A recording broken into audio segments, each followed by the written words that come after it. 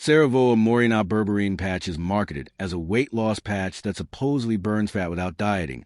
But the real question is, does it actually help you lose weight, or is it mostly wellness marketing? Now, to be fair, Moringa and berberine are real ingredients with some research behind them. Berberine in particular has shown modest potential for blood sugar and metabolic support in some studies. What it does well. Berberine has some legitimate research.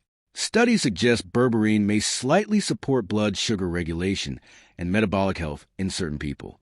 Moringa contains antioxidants and nutrients. Moringa is commonly used in wellness supplements because it contains plant compounds linked to general nutrition support. Where it falls short, there is little proof the patch itself works well. This is the biggest issue. Even if the ingredients are real, there is very limited evidence showing transdermal weight loss patches deliver strong fat loss effects. It will not magically burn fat. No patch can replace calorie control, diet quality, sleep, and physical activity. The marketing is heavily exaggerated. Ads often imply effortless weight loss without lifestyle changes, which is not realistic. So, does Sarivoa Moringa Berberine Patch actually help you lose weight? Short answer, maybe slightly, but probably far less than advertised. Thanks for watching.